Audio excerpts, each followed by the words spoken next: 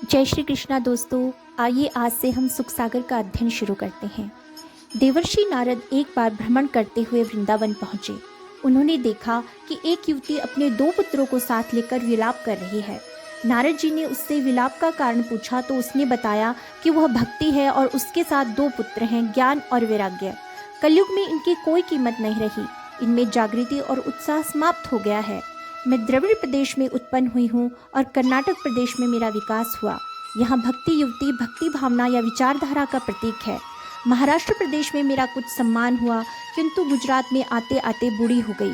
जब से वृंदावन में आई हूँ तब से मेरा रूप यौवन वापस आ गया है। मैं अपने पुत्रों की दशा पर चिंतित हूँ। यह सुनकर नारद जी ने कहा कि इसका कारण यह है कि वृंदावन में भक्ति की तो प्रबलता है, पर ज्ञान और वैराग्य की उपेक्षा हुई है। अतः ये मृत प्राय हो रहे हैं। क्योंकि परीक्षित ने कलयुग को अभयदान दिया है, इसलिए ज्ञान और वैराग्य का सम्मान समाप्त हो गया है। तब नारद जी ने ज्ञान और वैराग्य को सक्रिय करने के लिए अनेक उपाय किए।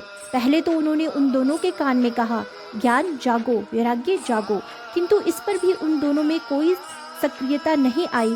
तब नारद जी ने वेद, उपनिषद और गीता के मंत्रों का उच्चारण किया। दोनों ने क्षण भर को अपने नेत्र खोले और फिर बंद कर दिए।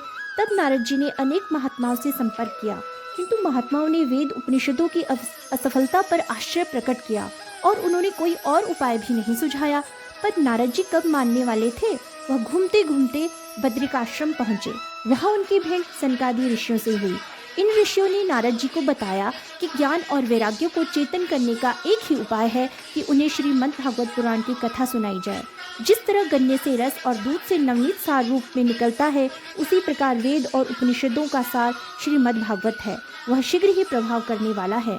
नारद जी ने सनकादि ऋषियों की सलाह पर हरिद्वार के समीप गंगा के किनारे आनंद नामक रमणीय स्थल पर 12 स्कंद और 18,000 श्लोकों वाले श्रीमद् भागवत की कथा सुनाने का आयोजन किया।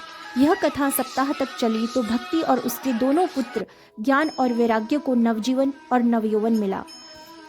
व्यास जी द्वारा रचित संकलित पुराण ऋषियों द्वारा सुनाई गई कथा के संकलन है। अतः व्यास जी बोले कि ऋषियों द्वारा सुनाई गई श्रीमद् भागवत पुराण की कथा वेद उपनिषद का सार रूप है।